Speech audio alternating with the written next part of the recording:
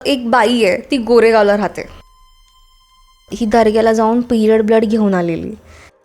त्या 43 डेजमध्ये त्या मुलीला भरपूर वेळा तिने दिलंय ते. मेणबत्त्या लावून अशी बसायची चक्र बिक्र काढून आणि आवाहन करायची की मेलेला आत्मा आहे, स्पिरिट्स आहेत या. रात्री खिडकीवर कोणीतरी नखं ओरबाडून जायचं, लिटरली रक्त पडलेलं दिसायचं, घुंगरू पडलेले दिसायचे. शी इज लाईक की मला पंख्यावर बाई बसलेली दिसली.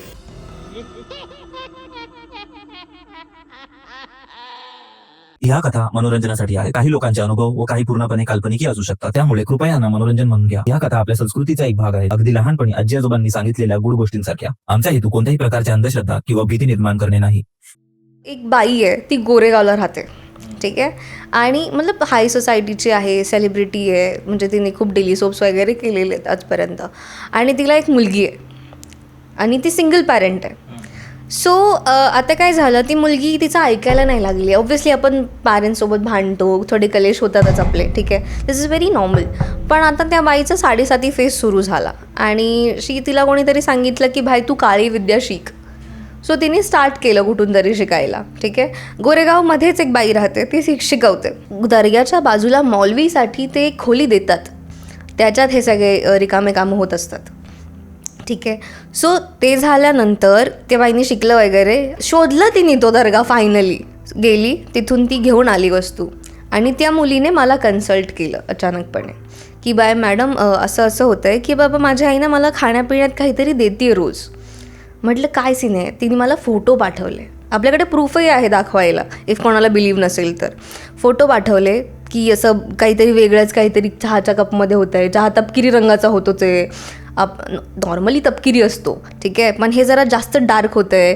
किंवा एकदा एकदम असं ऑरेंज कलरचा चहा आहे, ठीक आहे. असं भरपूर काय काय तिने मला दाखवलं. ती मला बोलली की हे बघ, ह्या डब्या आहेत सगळ्या, याच्यामध्ये सामान भरून ठेवलेलं आहे, मीठ वगैरे फुकून दिलेलं आहे सगळं, ठीक आहे. मी तिला बोलली की भाई तुला कोणता मुलगा आवडतो आहे, तू जा निघून, ठीक आहे.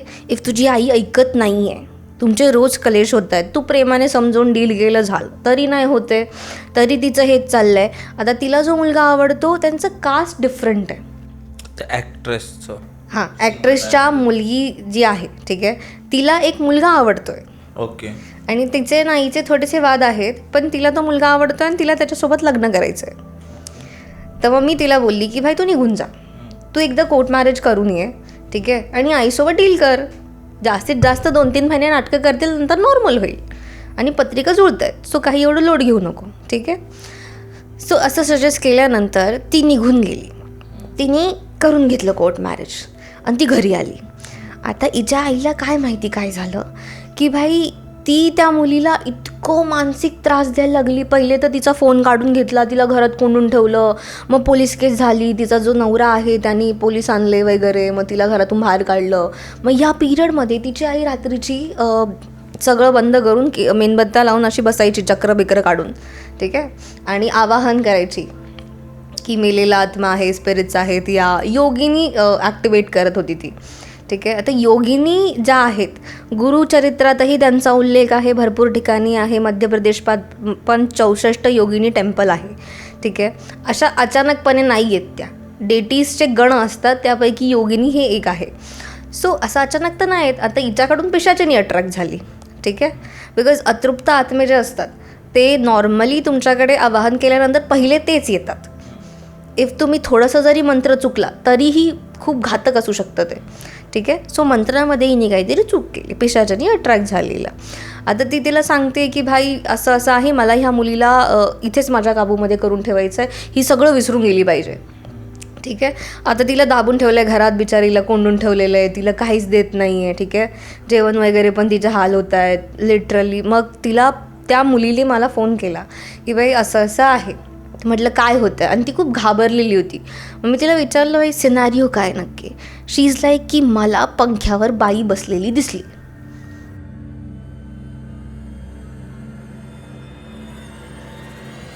आणि ती म्हातारी होती आणि ती माझ्याकडे बघून हसते रोज आणि मला बोलते इथून नको जाऊ परत. लाईक काय हे. आणि ते किती दिवसापासून? हे 43 डेज चाललं त्या मुलीसोबत. बापरे.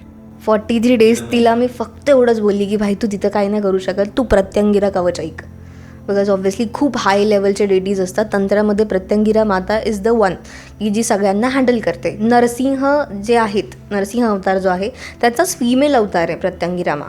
ठीक आहे, तिचं कवच तिने ऐकायला स्टार्ट केलं. मग तिला हे दिसायला बंद झालं, पण आवाज यायचे. रात्री खिडकीवर कोणीतरी नखं ओरबाडून जायचं आणि लिटरली रक्त पडलेलं दिसायचं, घुंगरू पडलेले दिसायचे तिच्या रूममध्ये. असं तिने सफर केलं. पण शेवटी मग तिला केममध्ये मी जायला सांगितलं बिकॉज मेंटली खूप डिस्टर्ब झालेली ती. मग केममध्ये तिची अजूनही ट्रीटमेंट चालू आहे. आणि मग तिला तिथून त्या मुलाने बाहेर काढलं, पोलीस वगैरे घेऊन जाऊन. इवन किन्नर वगैरे लोक होते त्यांनी पण तिला हेल्प केली. आणि आत्ता ही बाई खूप हे झाली की भाई आत्ता काय करू मी. ठीक आहे, बिकॉज तिच्या घरातून तिच्या मुलीला कोणीतरी घेऊन गेलं, एवढं सगळं तिने केलं असतानासुद्धा. मग ती अजून चवताळली. तिने काय केलं भाई की आत्ता ती मुलगी तिच्या सासरी आहे, सासू सासरे सगळं नीट चालू आहे त्या मुलीचं. ठीक आहे, चालू होतं म्हणजे. सो आता ते ट्राय करत होते फॉर द बेबी. ह्या बाईने तिचं गर्भ बांधून टाकलं. कसं? गर्भ बांधणं हा प्रकार तंत्रामध्ये येतो. तंत्रामध्ये नाही आहे, त्याला शूद्र विद्या आपण म्हणतो. बिकॉज तंत्रामध्ये फक्त साधना केली जाते, शूद्र विद्येमध्ये हे रिकामे कामं केली जातात. याचा रेफरन्स महानिवारण तंत्रमध्येही आहे. ठीक आहे, अघोरा बुक्स आहेत रॉबर्ट सरांच्या, त्यांच्यातही तुम्हाला दिसू शकतं. सो ह्या प्रॅक्टिसेस शूद्र विद्येमध्ये होतात. ठीक आहे, सो तिने तसं करून ठेवलं की बाबा तिचं गर्भ म्हणजे तिला मुलंच राहू नये.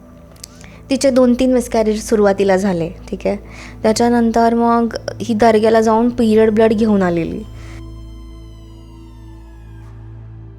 त्याच्यानंतर तिने त्या क्रिया केल्या. त्या 43 डेजमध्ये त्या मुलीला भरपूर वेळा तिने दिलं आहे, ते खूप वेळा दिलेलं आहे ते.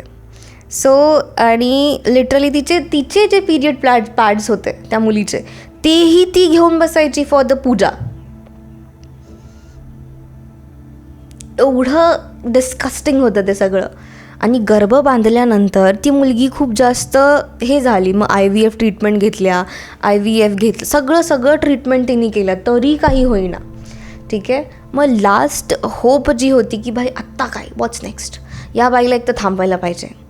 मग त्यानंतर मी तिला सांगितलं की भाई तू थोडीशी तू स्टार्ट कर, बिकॉज तूच तिला थांबवू शकते. रक्ताचं नातंच इम्पॉर्टंट असतं. आणि मला नंतर कळलं की पहिली गोष्ट म्हणजे तंत्रामध्ये जेव्हा आपण एखादी बाई एवढे मोठे रिकामे कामं नाही करू शकत, त्याला जोडीच असावी लागते, तेव्हा तुम्ही एवढ्या नेक्स्ट लेवलपर्यंत काहीतरी काम करू शकता. सो मग त्या बाईचा मुस्लिम बॉयफ्रेंड होता. तिच्या आईचा? हां, तिच्या आईचा मुस्लिम बॉयफ्रेंड होता. तो तिला हेल्प करायचा, हे सगळं प्रोव्हाइड करायसाठी. आणि मेन नंतर एक रिझन होतं की ती जी मुलगी होती तिचे वडील सगळी प्रॉपर्टी त्या मुलीच्या नावावर करून गेलेले होते, म्हणून त्या बाईला त्या मुलीला आपल्या ताब्यात ठेवायचं होतं आणि स्वतः जे म्हणेल तिथे लग्न करून द्यायचं होतं. सो हे सगळं नंतर कळलं. पण आत्ता काय, सो तामिळनाडूमध्ये गर्भरक्षांबिका म्हणून एक टेम्पल आहे पार्वतीचं, तिथे तिने गर्भधारण केलेला. सो तिथे तिला जायला सांगितलं, तेव्हा ती कन्सीव्ह झाली आहे विदिन अ मंथ.